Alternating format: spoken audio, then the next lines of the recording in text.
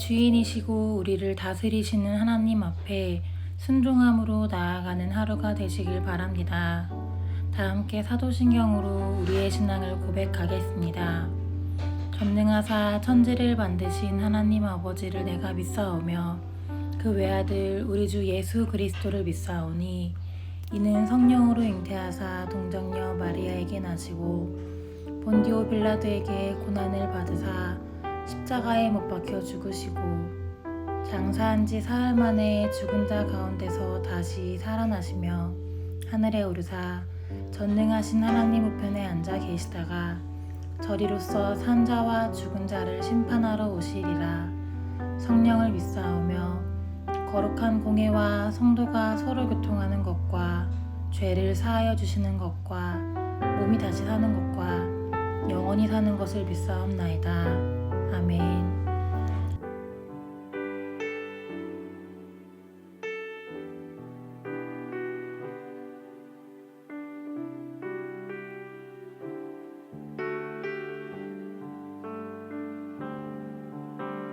주 나의 모습 보네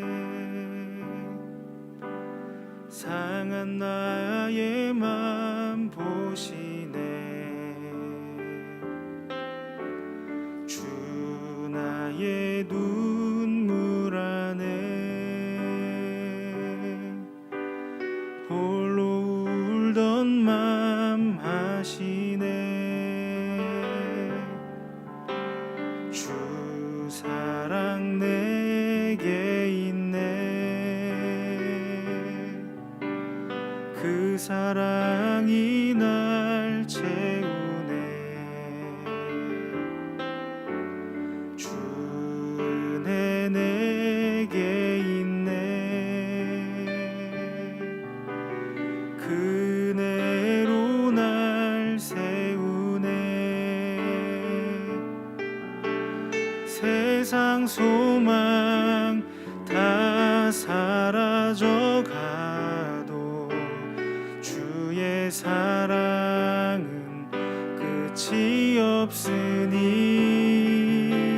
살아가는 이 모든 순간이 주 은혜임을 나는 믿네 세상 소망 다 사라져 가도 주의 사랑은 끝이 없으니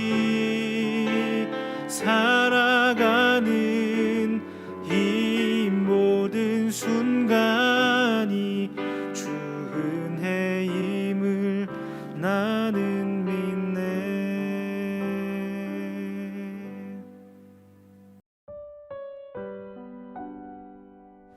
오늘 우리가 함께 나눌 말씀은 고린도전서 9장 11절부터 19절입니다.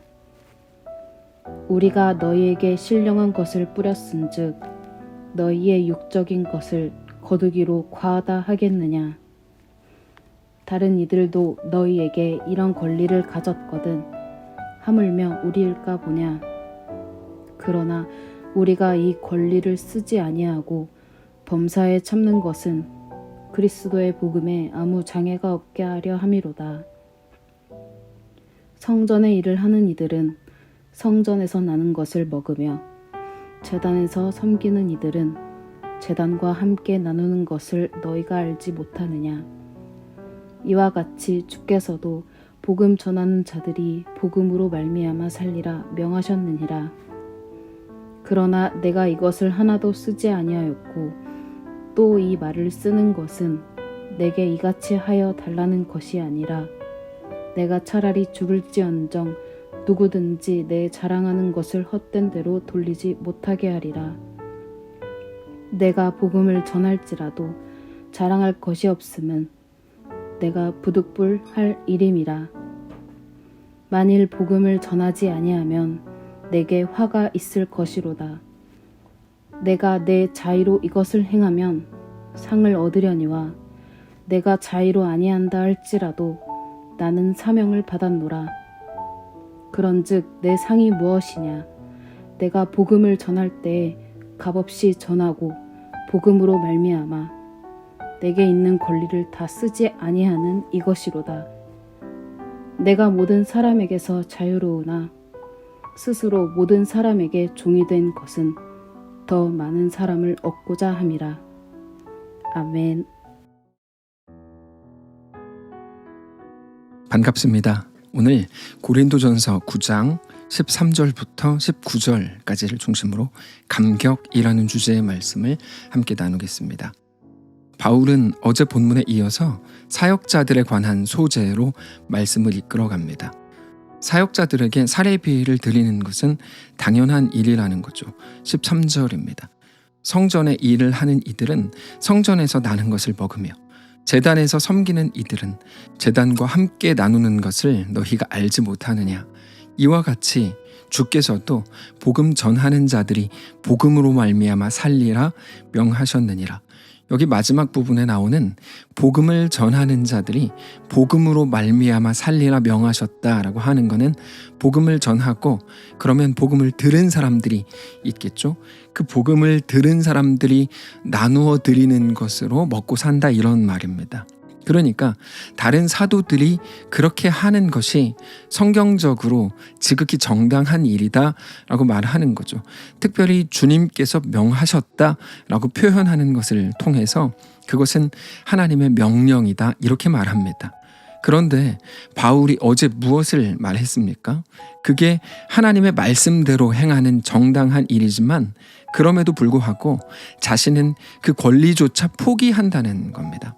그게 어제 본문이었습니다. 근데 오늘 본문을 보면 나는 여전히 나의 모든 권리를 포기한다 이렇게 말합니다. 15절입니다. 그러나 내가 이것을 하나도 쓰지 아니하였고 또 이 말을 쓰는 것은 내게 이같이 하여 달라는 것이 아니라 내가 차라리 죽을지언정 누구든지 내 자랑하는 것을 헛된 대로 돌리지 못하게 하리라. 여러분 이 15절의 표현이 조금은 이해하기 어렵게 들릴 수 있습니다. 번역이 조금 어려워서 그런데요. 쉬운 성경을 보면 이해가 쉽습니다. 제가 쉬운 성경으로 읽어드리겠습니다. 그러나 나는 이러한 권리를 하나도 사용하지 않았습니다. 그렇다고 해서 여러분이 나에게 그렇게 해주기를 바라서 이 편지를 쓰는 것은 아닙니다. 내가 가지고 있는 이러한 자부심을 빼앗기기보다는 차라리 굶어 죽는 편이 더 낫습니다. 그게 15절입니다. 그런데 이 자부심이라는 것은 단지 스스로를 자랑하려고 하는 게 아니고 하나님이 자기에게 주신 그 사명이 얼마나 크고 얼마나 특별한가 하는 것을 알기 때문에 나는 그것을 포기할 수 없다 이런 말입니다. 왜 그런가 하면 자기가 복음을 전하게 된 것은 자의가 아니라 완전한 하나님의 강권적인 이끄심 때문이라는 겁니다. 하나님께서 강권적으로 이끄셔서 복음을 전하는 건데 그게 어떻게 나에게 자랑이 되겠는가 이렇게 오히려 반문하고 있는 겁니다. 그래서 바울이 복음을 전하는 것 때문에 자랑이 되고 상이 되는 게 아니라 오히려 복음을 전하지 않는다면 나는 화를 당하게 될 거다 이렇게 말합니다. 16절입니다. 내가 복음을 전할지라도 자랑할 것이 없음은 내가 부득불 할 일임이라. 만일 복음을 전하지 아니하면 내게 화가 있을 것이로다. 그래서 바울은 만일에 자신이 자원해서 복음을 전하는 거라면 그러면 나도 다른 사람들처럼 똑같이 행할 거다. 그러나 나는 조금 특수한 케이스, 특별한 케이스다. 이렇게 얘기합니다. 17절입니다. 내가 내 자의로 이것을 행하면 상을 얻으려니와 내가 자의로 아니한다 할지라도 나는 사명을 받았노라. 여러분 우리가 이 말씀을 대할 때 그러면 다른 사도들은 특별한 복음 증거가 아니란 말이냐? 이렇게 질문할 필요는 없습니다.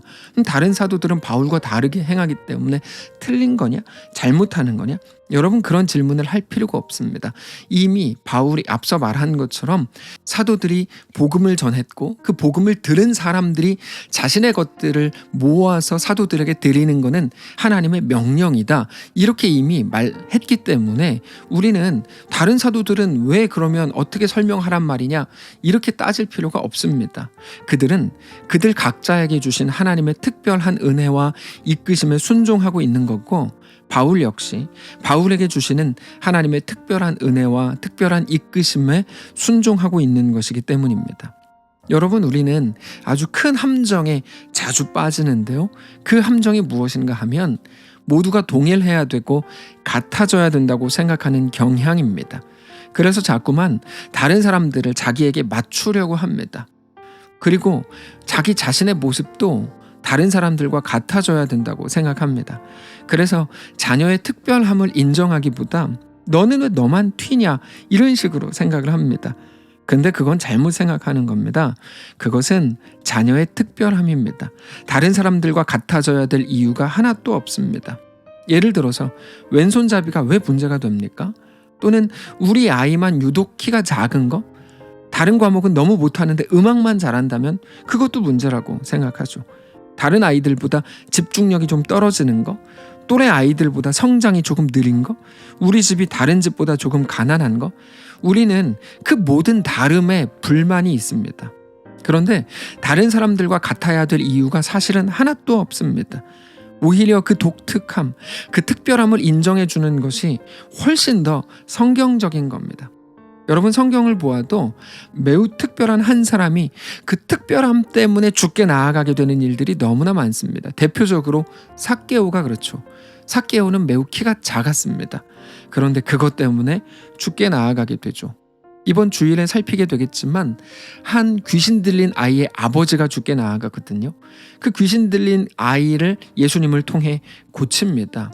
그런데 그들에게 그런 특별한 위기가 없었다면 주님께 나아가게 될 어떤 통로도 발견하지 못했겠죠.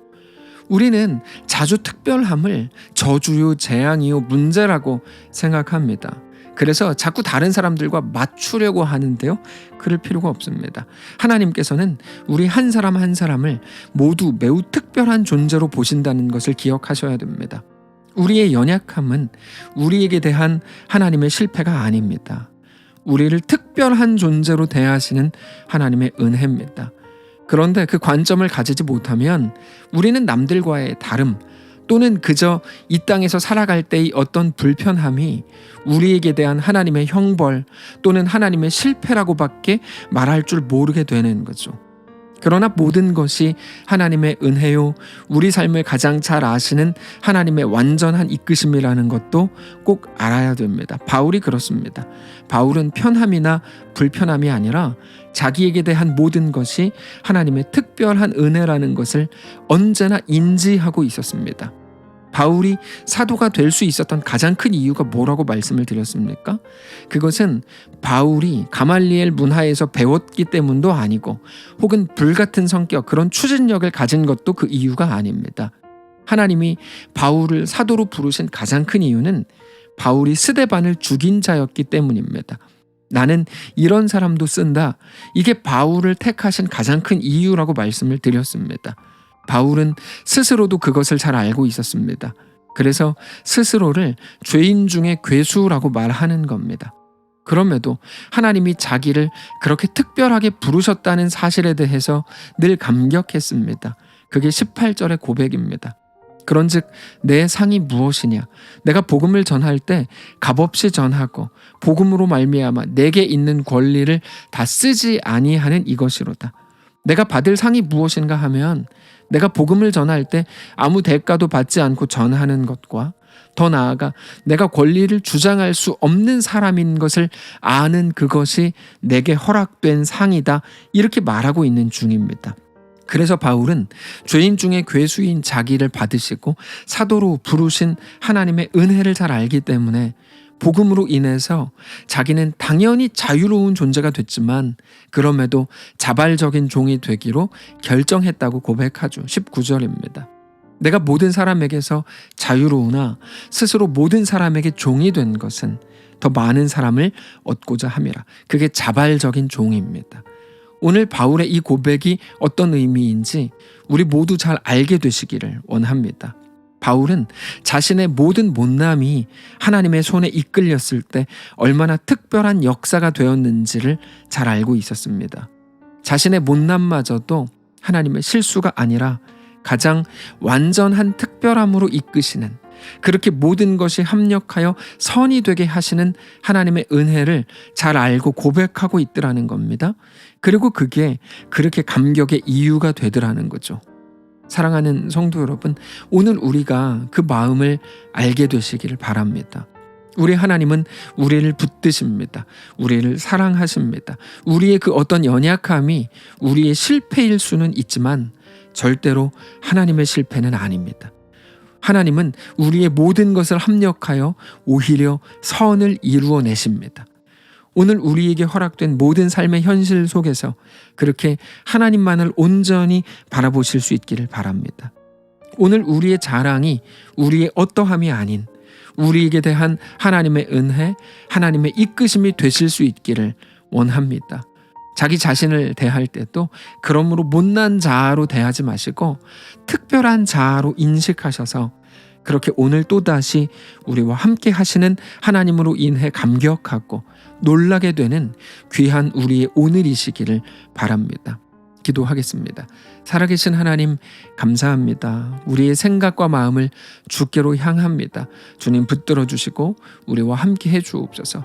남들과 같지 않은 남들과의 다름이 매일 스스로의 저주가 되고 스스로의 원망이 됐고 불평이요 불만이 되었던 우리를 불쌍히 여겨주시고 오히려 그 모든 것들을 통하여 하나님께 나아갈 수 있음에 또는 하나님께서 어떤 연약함을 통해서라도 그 모든 것들을 합력하여 우리 안에 완전한 하나님의 선을 이루시는 분인 것을 믿고 인정하며 주 앞에 그렇게 나아가는 귀한 우리의 오늘이 되도록 주님 인도하여 주시옵소서. 우리 모든 상황과 여건 속에 성령님 함께 하시고 하나님의 거룩한 은혜가 사랑하는 모든 성도들 오늘의 이 말씀을 함께 나누는 모든 지체들과 동일하게 역사되도록 주님 인도하여 주시옵소서. 감사드리며 살아계신 예수님의 이름으로 기도합니다. 아멘. 사랑하는 성도 여러분, 하나님께서 오늘 하루를 우리에게 허락하셨습니다. 믿음으로 주께 나아가시기를 바라고 그렇게 우리가 있는 그 어떤 자리에서도 우리 어떤 모습 속에서도 하나님을 향하고 주께 나아가게 되는 그렇게 주님과 그 자리에서 믿음으로 동행하는 귀한 복된 날 되시기를 축복합니다.